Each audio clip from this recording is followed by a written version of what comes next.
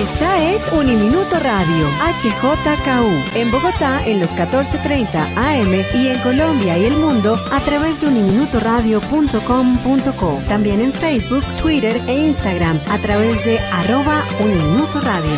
La radio universitaria está aquí.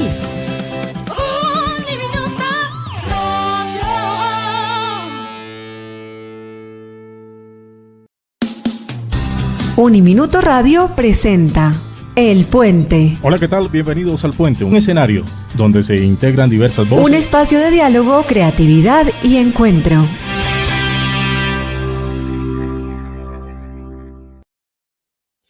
Hola, les damos la bienvenida a toda nuestra audiencia en este nuevo episodio del programa El Puente, el programa que realiza y produce la Escuela de Ciencias Humanas y Sociales y el Centro de Investigación Marfil de la Uniminuto. Quien les habla, Óscar Murillo Ramírez, y hoy estaré acompañándolos de nuevo en este espacio de diálogo y pensamiento crítico, creativo y ético a través de los micrófonos de los 14:30 AM y a través de nuestra página web www.uniminutoradio.com.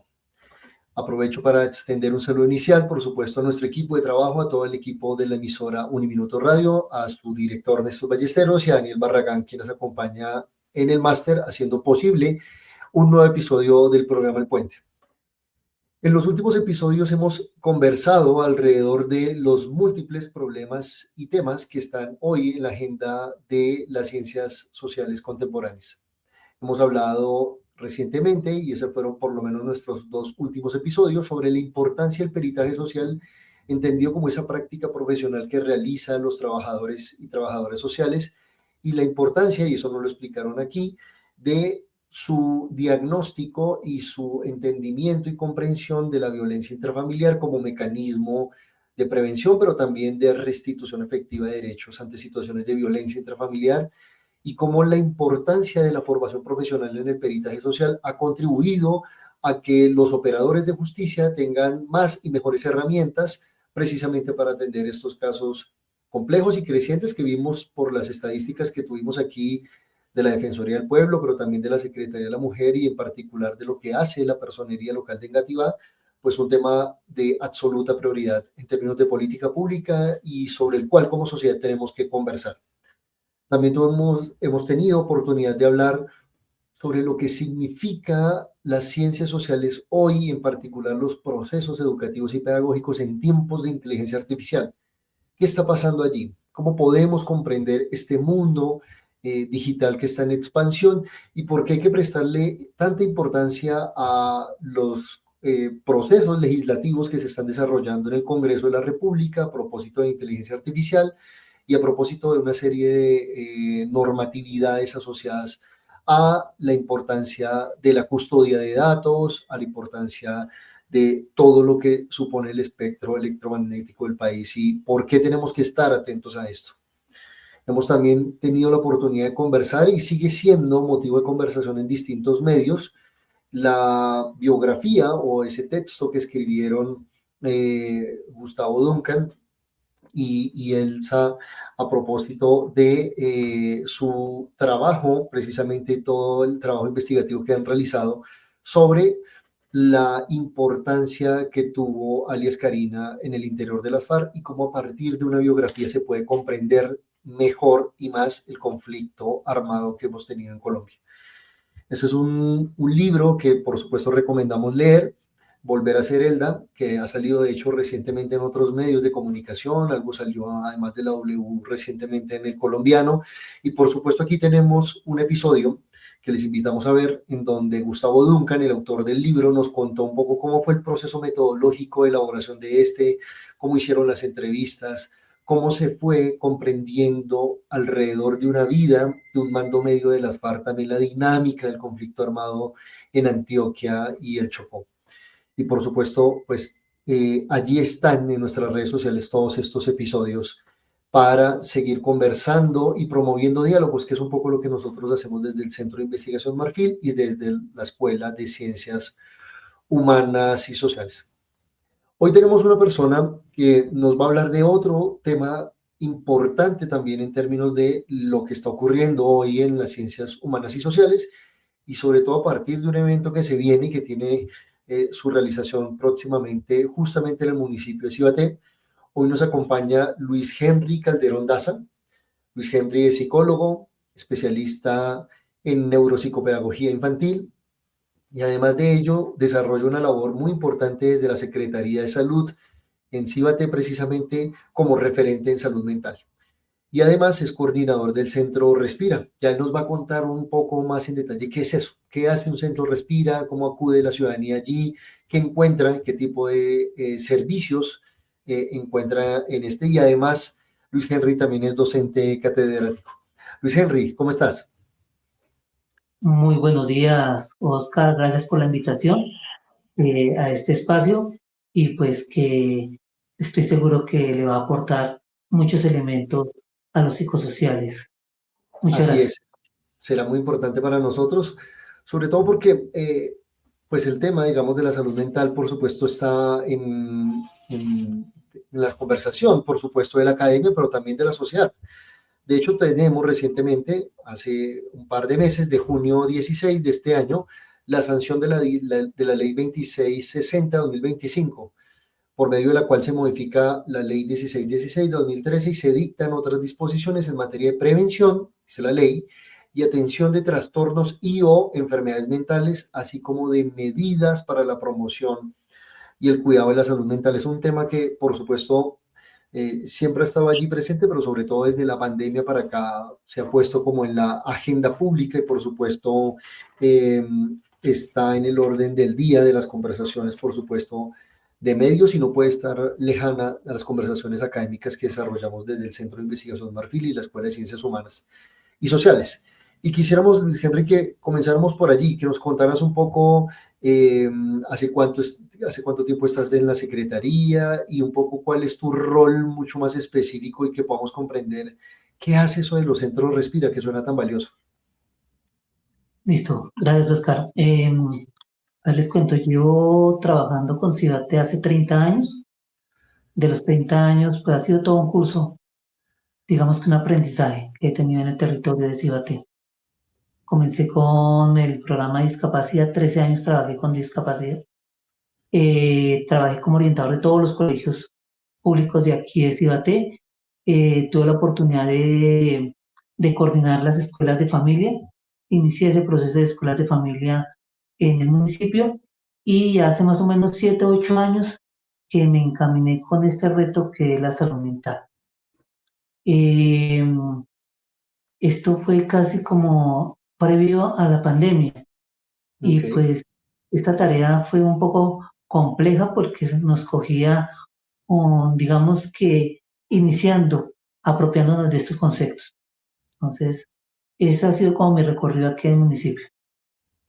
¿Y qué sientes que un poco cómo ha sido la apropiación, sobre todo de este tema tan importante en términos de política pública allí en el municipio de Cibaté? Cuéntanos un poco más sobre qué tanto está presente o no, y quizás este también puede ser un reto, presente el tema de salud mental, por ejemplo, en los planes de desarrollo municipales de los últimos años, y en particular en este que se está desarrollando. Pues Oscar, le cuento que cuando nosotros recientemente tenemos política pública, apenas la formulamos en la política pública de salud mental. Es decir, ya vamos a cumplir 2 años de tener la política pública. Eh, Sabemos que cuando no hay una política pública, pues las acciones van muy dadas a los planes de desarrollo de Sí. los alcaldes. Afortunadamente, pues las administraciones, quizás por las señales de alarma que han dado la misma Organización Mundial de la Salud, por los índices que se han incrementado con relación a la salud mental, pues le han dado importancia al tema. Por ende, pues hemos trabajado muy de la mano con la Secretaría de Salud del departamento y pues ellos han sido como nuestra carta de navegación frente a cómo hacer este tipo de intervenciones en nuestros territorios, especialmente aquí en Cibaté. ¿Y cuáles Y son como los elementos claves que nos puedas contar sobre esta política pública? Que además, si lo cuentas, claro, hay una trayectoria enorme, 30 años es toda una vida alrededor de estos temas y por supuesto tendríamos un montón de cosas que reflexionar alrededor de esto. pero esta política que está tan reciente, un poco cuáles son como sus ejes estructuradores y de qué está compuesta. Claro que sí. La política pública en Cibate tiene 6 ejes. Esos Ajá. ejes: la prevención, a la promoción, a la rehabilitación, a la vigilancia de estos eventos, y le apunta mucho al tema de los seguimientos. Entonces, a raíz de la misma política pública, fue que se fue fortaleciendo o creando el Centro Respira, como una estrategia de implementación de la misma política pública. Y específicamente, ¿qué es un centro Respira? ¿Qué hace específicamente un centro Respira? Bueno, esa tiene una historia, Oscar, incluso, porque el Centro Respira apenas lleva 2 años, pero antes Sí, de Centro Respira éramos centro, o le estábamos apostando a centro de escucha. El centro de escucha es un concepto que viene propio de la misma política pública de salud mental a nivel nacional. Y pues obviamente también se adoptó desde lo departamental, y nosotros hace más o menos como unos 5 o 6 años también adoptamos esta estrategia que era centro de escucha. El centro de escucha es un dispositivo comunitario que tenía, pues, como, digamos que como clave, la base comunitaria, es decir, la comunidad debería también hacer parte activa de este programa. Lamentablemente, el centro de escucha no tuvo mayor impacto en este momento, porque pues la idea era que eran activar rutas de atención. Se estaban presentando casos de conducta suicida, no teníamos comunidad con capacidad para activar esas rutas, y pues estaba la voluntad de las administraciones contratando profesionales, los cuales teníamos esa responsabilidad de activar y darle seguimiento a las rutas. Por ende, pues nos tocó, digamos que reinventarnos como Centro Respira, hace más o menos 2 años, como ya se ha mencionado, como un centro de atención primaria en salud mental. ¿Qué era de pronto nuestro temor? Era ir más allá de lo que no nos competía, era no tener competencia de EPS, porque las EPS, la competencia es el tratamiento y la intervención. Los así. centros de atención primaria no hacemos intervención y hacemos tratamiento. ¿Qué hacemos? Orientación básica, hacemos primeros auxilios psicológicos, hacemos seguimientos a eventos de salud mental. Y pues, aclaro, esos eventos tenían que ver con conducta suicida, consumo de sustancias psicoactivas y pues trastorno mental. Y pues ahorita estamos trabajando con epilepsia también. Ok, o sea que tú identificas que una de las claves que no permitió un poco como la continuidad de estos centros de escucha fue precisamente porque no tenían las rutas asociadas para la atención. Y un poco Eh, qué, qué tan importante es la existencia misma de una base comunitaria, porque fíjate que tú nos has descrito cómo hay un dispositivo de base comunitaria que es fundamental en estos temas de salud mental. ¿Qué tanto hay allí de tejido comunitario en ese sentido en el municipio de Cibaté? eh, Oscar, eso es supremamente fundamental. El hecho de que nosotros hayamos dejado de ser centros de escucha no significó que renunciamos a la idea de tener centros de escucha. Es Ajá, creer la atención fundamental para la prevención y la promoción está desde la comunidad, desde ellos que son los primeros que identifican, desde ellos que viven la situación como tal. Por ende, desde el centro, desde la misma implementación de la política pública, sí están en los planes de crear centros de escucha. En este momento ya estamos con un centro de escucha en un sector de vulnerabilidad que es Pablo Neruda. ok. Y pues tenemos el centro Respira, pues que es atendido más por profesionales. Muy interesante eso, o sea que la política pública se ha logrado crear una capacidad instalada para poder posicionar este tema de manera Y importante allí. sí, Oscar, y algo que sí, que no lo dije, y A ver, es clave, y es el hecho de instalar esta capacidad a la comunidad. Es ok. decir, capacitar que ellos sean gestores de sus propias situaciones. Eso es muy importante. ¿Y eso cómo lo hacen específicamente? ¿Hay procesos de formación con la comunidad? ¿Hacen campañas de sensibilización y comunicación? ¿Cómo hacen en específico este ejercicio? Tenemos una tarea puntual, y es la de formar guardianes de vida.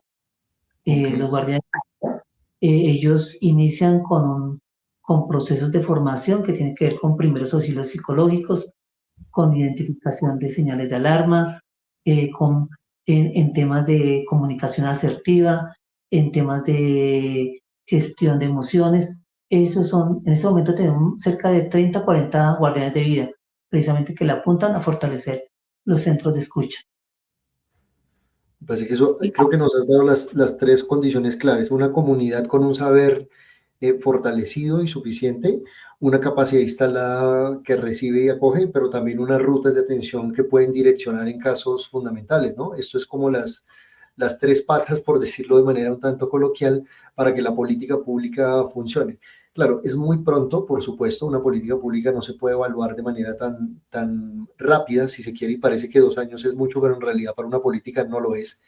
Pero ¿qué adviertes un poco ya de la experiencia práctica y de la implementación efectiva de esta política pública allí en el municipio?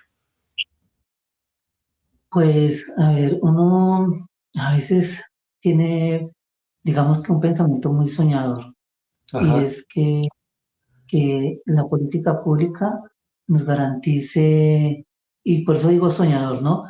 Que nos sí, garantice que no vayan a haber más intentos ni suicidios en el territorio.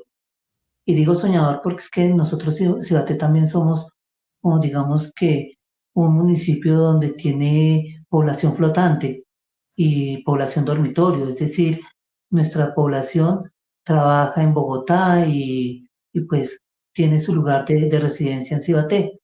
Tenemos pues población que va y viene y sí. pues uno cuando hace esos procesos de formación, de capacitación, va para la comunidad, pero como que lo que uno advierte o lo que uno dice es que a veces el impacto no es lo que uno espera, precisamente porque la comunidad va cambiando. Entonces, pues creo que toca reinventarnos en cosas que de pronto sean más continuas y constantes y que estén ahí una y otra vez dándole para que la comunidad pues se vaya apropiando de estos conceptos. Interesante eso, ¿no? Porque la pregunta es como, bueno, un dispositivo de base comunitaria, pero ¿para qué comunidad, no? Digamos, todavía está por entenderse eso muy bien.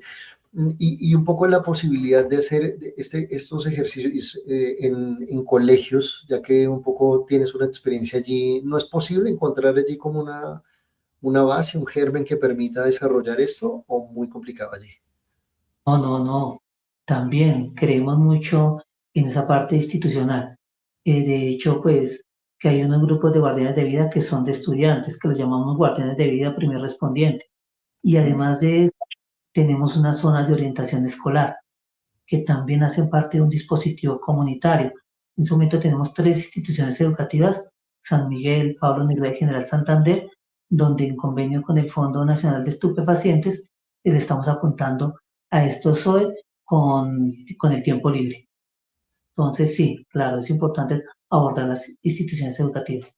Muy interesante, sobre todo porque allí cuando abordas tú a la comunidad educativa también se entiende que no solamente son los estudiantes, sino las familias y los entornos, ¿no? Un Dicen, poco para mí es muy interesante este concepto, sobre todo porque digamos que yo pongo, un poco vengo desde la experiencia más desde Bogotá, en donde yo asociaba los centros Respira como a esos lugares donde iban los cuidadores y cuidadoras de personas con discapacidad para tener algún tipo de tiempo libre, en el entendido de que allí podían recibir otro tipo de formación y acompañamiento, y que era, como su palabra lo dice, como una suerte de pequeño respiro a esas sobrecargas del cuidado. Aquí es un poco en lógica de salud mental y es otra cosa completamente distinta, ¿no? Es no, bastante interesante verlo así. créame que tuvimos de pronto esa polémica con el programa de discapacidad, porque ellos tienen el centro respiro. Entonces Claro, decían, eso es de nosotros. No, es que nosotros somos centro respira y ustedes son centro respiro. Y es a lo que se refiere Oscar. sí, es un poco, los conceptos allí pueden también pueden resultar similares y eso también puede confundir un poco. Hay un elemento que nos has dicho de manera importante y es lo fundamental que resulta para estos dispositivos de base comunitaria, el desarrollo del saber, en términos no solo de la formación, la comunicación con las comunidades, sino también la generación de espacios de reflexión académica y de diálogo alrededor de estos temas. Y precisamente una de las razones sobre las cuales quisimos conversar contigo, Luis Henry, es porque entendemos que allí se va a realizar un congreso específicamente y está muy pronto a realizarse en Cibate. ¿Por qué no nos cuentas un poco alrededor de este tema? Bueno, el Congreso nace de una idea de querer mejorar la práctica profesional con relación a la salud mental. Uno. Dos, todos sabemos que Cibate tiene un estigma social y es conocido como, y lo voy a decir así de una forma muy coloquial, somos conocidos como el pueblo de los locos Ajá. y que transformar ese imaginario. Por ende, pues, el congreso se llama Compartiendo Saberes, Transformando Imaginarios pues le apunta a esos dos propósitos, a cualificar, a mejorar nuestra práctica profesional, no solamente de Cibate, queremos que esto sea una experiencia que le aporte a nivel nacional y, por qué no decirlo, a nivel internacional. Estamos apenas incubando la idea, es nuestro primer congreso, le apuntamos a que esto sea bienal, que se haga cada 2 años. Eh, Afortunadamente contamos con dos universidades que nos apoyaron, que fue la Universidad Uniminuto y la Universidad UNAD, frente a la organización del Congreso. Son 3 días donde vamos a compartir experiencias con, con profesionales que tienen un bagaje frente a este tema, que tiene que ver con conducta suicida, que tiene que ver con consumo de sustancias psicoactivas, que tiene que ver con trastorno mental y sobre todo que tiene que ver con violencias. Muy interesante esto, su conducta suicida, violencias. Si quieres, ya podemos profundizar un poco en estos tópicos que van a abordar precisamente durante los días 15, 16 y 17 en el primer Congreso Internacional de Salud Mental que se va a realizar en el municipio de Cibate. Pero quisiera un poco que conversáramos, Luis Henry, sobre esta inquietud alrededor de estas transformaciones de imaginarios, que efectivamente ya nos había llegado algunos como comentarios previos al programa sobre cómo el Congreso surge en función también, o en parte más bien, de esta inquietud por la percepción que hay sobre el municipio. Cuéntanos un poco más cómo empezaron estas reflexiones y cómo llegaron a la necesidad de transformar precisamente este imaginario que hay sobre Cibaté. Pues lo primero es que nosotros en Cibate tenemos varios sitios de la beneficencia de Cundinamarca, que fueron los Sí. sitios. Teníamos un sitio que era el neuropsiquiátrico, tenemos el J. Vargas, bueno, teníamos como 5 o 6 sitios de los cuales solamente quedan 2. Había una situación que se presentaba en el municipio y era el hecho de que específicamente en el neuropsiquiátrico a ellos les daban un día de salida. Entonces, el día de salida era que las personas que estaban en condición intramural, internados, ellos salían al Ok. municipio, y pues eso fue, digamos que uno de los elementos que empezó a generar ese concepto de pueblo de locos. ¿M? Y el imaginario se empezó a dar en la medida que ya nos íbamos desplazando y por lo menos les cuento, yo no soy de Cibaté, pero yo llevo 30 años trabajando en Cibaté, es como si lo fuera. ¿M? Yo cuando llegué aquí a Cibaté fue por una práctica profesional y cuando yo estaba en la universidad, pues a mí básicamente lo que me dijeron es que yo iba para Pueblo de Locos. Entonces, pues son cosas que son imaginarios que se van creando a través del tiempo y pues la idea es que nos demos a conocer desde la otra cara, desde un Cibaté donde se cultiva la fresa, donde se cultiva la papa, en fin, donde tenemos otra gama que podemos estar mostrando. De acuerdo, yo debo decir que este dato no lo tenía presente, justamente esto que nos estás advirtiendo sobre cómo el neuropsiquiátrico tenía unos días libres o un día de posibilidad extramural que permitía esto. ¿Y esto tuvo algún impacto también en términos sociales allí en el municipio? ¿O cómo se presentaba un poco esto? No, pues ese dato sí no lo tengo, Oscar. Eso es más que el discurso A ver, Ajá. nosotros, el Congreso, pues tuvimos que escuchar varias personas y esas personas nos lo contaban de una forma no oficial, estas experiencias que ellos vivían, sobre todo con estas personas que tenían o tenían un compromiso mental. Y pues creo que hay muchos todavía porque que no hemos escuchado y pues quizás vamos a tener la oportunidad de escucharlos en espacios que nos está generando el espacio académico que es el Congreso. De hecho, hay todavía una suerte también si se quiere, a propósito de la importancia de transformar los imaginarios, de ver esta salud mental también no solo desde la conducta de la enfermedad en sí misma, sino también desde la posibilidad de la prevención y que le quitemos efectivamente esa carga de valoración negativa, si se quiere, ¿no? Eh, Nadie se escandalizaría si uno le cuenta a un amigo, a una amiga o a un familiar que va a ir al odontólogo, que va a ir al médico general, pero si le dice que va a ir al psicólogo o al psiquiatra, de entrada hay unas señales de alerta, como si fuese algo per se necesariamente malo, cuando no debería serlo así, ¿no? Y esto es bastante interesante. ¿Cómo definieron los ejes de trabajo? Nos has dicho conducta suicida, violencias, consumo de paz, se me escapa una cuarta, nos hablaste de cuatro. Violencias, violencia intrafamiliar, violencia de género, consumo de sustancias psicoactivas, conducta suicida y trastorno mental. Trastorno, esa era la que me faltaba. ¿Cómo llegan a definir estas específicamente? Bueno, pues habían tres definidas que eran las de conducta suicida y violencia y la de consumo de sustancias psicoactivas como los elementos que el día a día estamos trabajando acá y que vemos que las cifras se van aumentando poco a poco. Eso era algo que era eminente trabajarlo en un congreso de salud mental. Y lo otro, el de trastorno mental, que le apuntaba a nuestro estigma y pues a nuestras casas asistenciales que tenemos acá.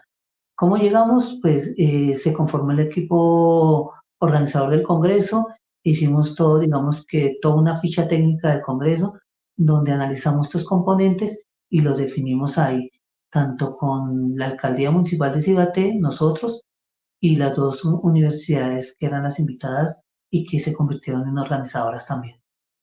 Ok.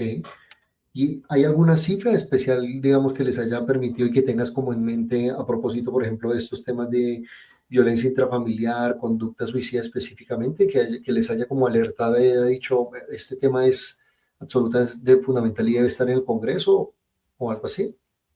Sí, pues a ver, nosotros en Centro Respirante, Centro de Escucha, estamos haciendo, digamos que diariamente, alimentando una matriz que se convierte en estadística, más de nosotros como territorio. Esa matriz prácticamente viene creciendo desde el 2020 y esa matriz nos hace ver que son entre 200, 220 personas que están consultando y que están pasando por algún evento en salud mental. Y estos eventos son a los que me refiero, estos componentes de violencia intrafamiliar, consumo de sustancias psicoactivas y conducta suicida. Ok. Aparte, los que mencionan suicida y pues que esos también hablan especialmente sobre los intentos de suicidio. Ok, muy interesante todo esto que nos estás contando. Y un poco cuéntanos para quienes van a asistir o tenemos alguna inquietud por asistir a este primer congreso, ¿cómo será un poco la programación académica? ¿Vamos a tener conferencias, hay simposios? ¿Cómo está pensado un poco en términos metodológicos el congreso?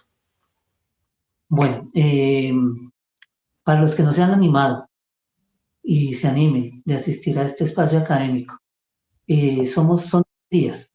Primer día vamos a tener un conversatorio donde hay unos panelistas invitados. Entre esos tenemos una escritora de nuestro territorio, se llama Jenny Sarta, que tuvo toda una vivencia en salud mental donde ella pudo superar varios intentos de suicidio y pues hizo todo un proceso de resiliencia escribiendo unos libros. Es una de nuestras panelistas invitadas. Tenemos un psiquiatra, sorpresa, es un psiquiatra a nivel nacional que nos va a hablar sobre el tema de conducta suicida. Tres panelistas que nos van a hablar sobre ese imaginario, sobre esa experiencia que ellos han tenido. Tenemos dos conferencias internacionales. Tenemos un conferencista de España y un conferencista de Ecuador. Ellos también vienen a compartir todo, digamos que toda una experiencia desde cada territorio, España y Ecuador. Ese es en el primer día. Obviamente, en ese primer día va a haber todo un evento de registro y descripción.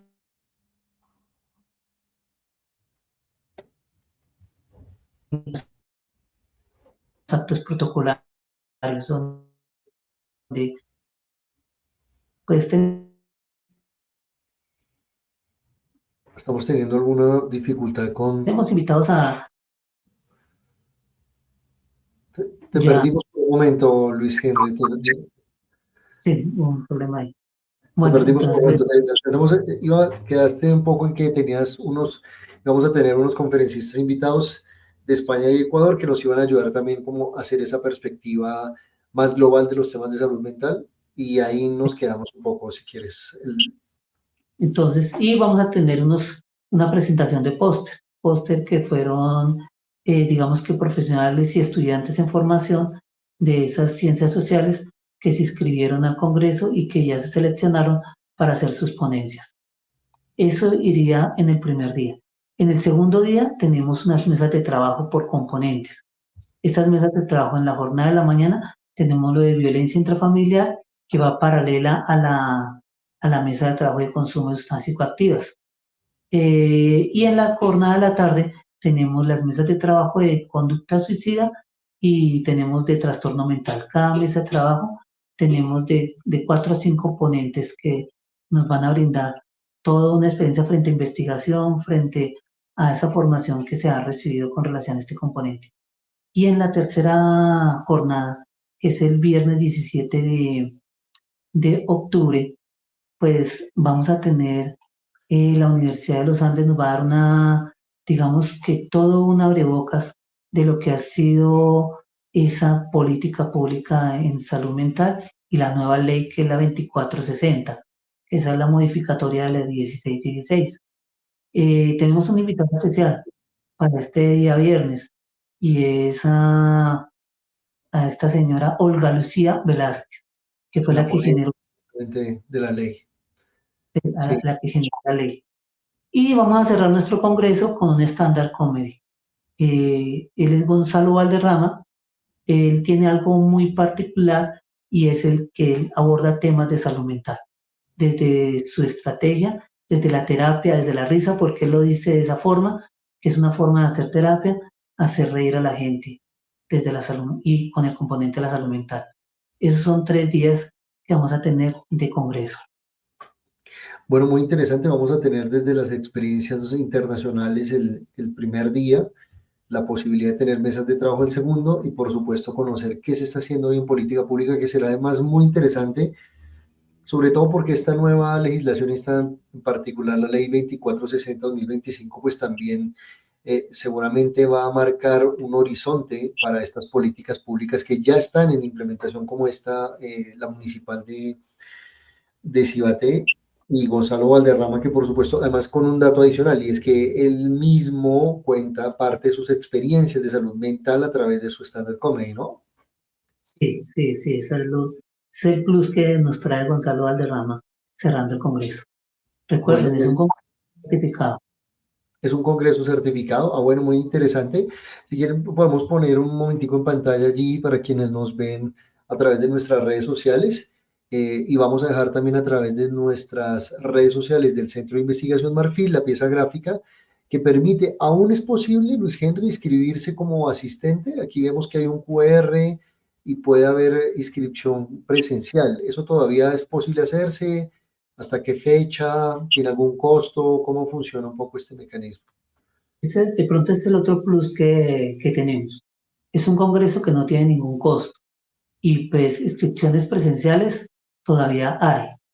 A ese QR podemos inscribirnos o si no pueden consultar la página de la Alcaldía Municipal de Cibaté, nos vamos a mi territorio o mi municipio y ahí se despliega un link donde dice Congreso Internacional. Ahí va a encontrar más información que tiene que ver con el Congreso. Van a encontrar un video bien interesante que se diseñó especialmente hablando de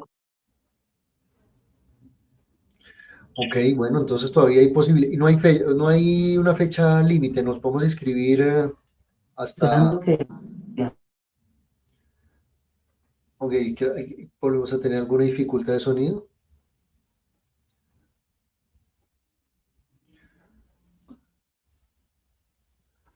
¿me escuchan? Sí. Ahí estás con nosotros de nuevo. No- Estábamos un poco conversando sobre el mecanismo de inscripción, nos estás explicando un poco sobre el tema de cómo se puede hacer a través de la página web justamente de la Alcaldía Municipal de Cibaté, y estábamos conversando un poco si hay alguna fecha límite o si la gente puede inscribirse incluso sobre el margen de los días próximos al evento o incluso ese mismo 15 en los registros. ¿Se puede hacer ese día, Luis Henry? No nos atengamos a última hora porque tenemos un aforo de 360 personas. Tan pronto se llene pues ahí cerramos inscripciones. Hasta el momento todavía tenemos espacio para recibir a estos invitados que vengan de los diferentes sitios de Colombia. Bueno, creo que nos has dado un dato importante. Hay 360 cupos, son cupos limitados y sobre todo una temática muy interesante entre los días 15, con todas las experiencias internacionales que vamos a tener de España, Ecuador, la metodología de paneles que por supuesto nos va a dar una orientación y una perspectiva global de este fenómeno bastante interesante. Las mesas de trabajo donde seguramente vamos a poder trabajar a profundidad estos 4 temas de conducta suicida, violencia intrafamiliar y de género y consumo de spa y trastornos mentales. Y el día 17, de nuevo, vamos a tener la posibilidad de conversar sobre la ley 2460-2025, una ley que recientemente se fue sancionada y que por supuesto puso de nuevo el tema de la salud mental en la agenda pública y parte importante de esta legislación, como de los ejercicios que personas como Luis Henry y quienes lo acompañan en su equipo, pues vienen desarrollando, como hemos visto, durante más de 30 años en el territorio y en una política pública que, por supuesto, pues es muy interesante que ya tenga una puesta en marcha y, por supuesto, mecanismos para su seguimiento y control. No sé si hay alguna información, Luis Henry, que nos quieras dar por último, alguna recomendación, alguna invitación final que quieras hacer a nuestra audiencia para este próximo Congreso Internacional de Salud Mental. La recomendación es que no lo pierdan, sobre todo los que tenemos un interés por informarnos en estos temas, en los que tengamos un interés en hacer atención e intervención en el tema de salud mental.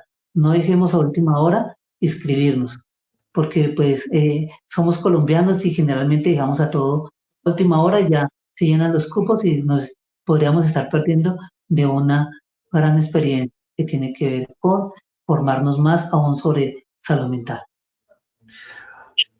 Bueno, muchas gracias, Luis Henry. Seguramente vamos a tener la posibilidad de conversar aquí un par de días después o de pronto en otro episodio sobre los resultados, sobre qué ocurrió allí en el Congreso, sobre qué reflexiones nos dejó. Seguramente también este saber nos va a contribuir mucho más a tener estos dispositivos de base comunitaria fortalecidos y, por supuesto, una capacidad instalada robusta que permita abordar el tema de salud mental en un ejercicio en el que sin duda alguna la academia y en particular las universidades que has mencionado, la universidad, la UNAT y la Uniminuto, que para nosotros es muy importante también desde la Escuela de Ciencias Humanas y Sociales estar allí presentes, pues aportar justamente desde la investigación y desde la academia a esta capacidad instalada y a estas rutas de atención que por supuesto se requieren y necesitan a propósito de este tema. Pues Luis Henry, muchas gracias por tu participación. Con estas conclusiones y por supuesto con esta invitación súper importante que, como nos ha dicho él, no hay que dejar para última hora. Allí está el QR, en nuestras redes sociales van a encontrar esta información a través de la cual van a poder acceder al mecanismo de inscripción y por supuesto a toda la programación detallada de este primer Congreso Internacional de Salud Mental en el municipio de Cibaté. Agradecemos a toda nuestra audiencia del programa El Puente, que se realiza por los micrófonos de Uniminuto Radio a través de los 14:30 AM y a través de nuestras redes sociales del Centro de Investigación Marfil. Hemos recibido en últimos días muchas comentarios, sugerencias, temas propuestos, eso nos anima mucho y nos llena de mucha satisfacción saber que el contenido académico y de proyección social que estamos generando a través de este ejercicio está llegando a ustedes y por supuesto está aportando cosas importantes también al diálogo crítico, creativo y ético. Agradecemos por supuesto a todo el equipo de Uniminuto Radio, a Daniel Barragán que nos acompañó en el puente, y les invitamos a que si tienen algún tema que quieran proponer, que quieran postular, no duden en hacerlo, en escribirlo a través de nuestras redes sociales, y por supuesto a tener a disposición los micrófonos de Uniminuto Radio. Nuestros próximos episodios vienen con temas también muy interesantes. Ya hemos hablado sobre un tema que, si ustedes se dan cuenta, aparece de manera cada tanto allí, emerge de manera tangencial a otros. Ayer, en el pasado, hablamos de violencia intrafamiliar y vimos las desigualdades de género que se van incubando también en esta violencia. Vemos cómo alrededor de la salud mental también hablar del género es imposible eludirlo. Y de acuerdo con esto vamos a tener un par de episodios en el que vamos a hablar cómo estos temas se están abordando desde bases comunitarias, cómo se está haciendo agencia ciudadana desde mujeres que están desarrollando un ejercicio social, comunitario y político alrededor de una apuesta de género importante. Y vamos a hablar también sobre otra legislación que está muy reciente, que tiene que ver precisamente con todas las violencias que atraviesan las mujeres en los escenarios políticos y qué hacer para prevenirlas, qué hacer para mitigarlas y qué hacer para transformarlas.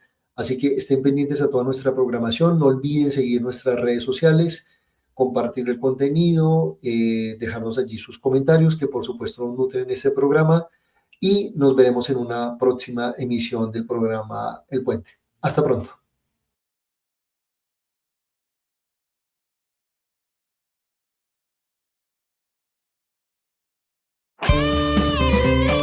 Esta es Uniminuto Radio, HJKU, en Bogotá en los 14:30 AM y en Colombia y el mundo a través de uniminutoradio.com.co. También en Facebook, Twitter e Instagram a través de @Uniminuto Radio.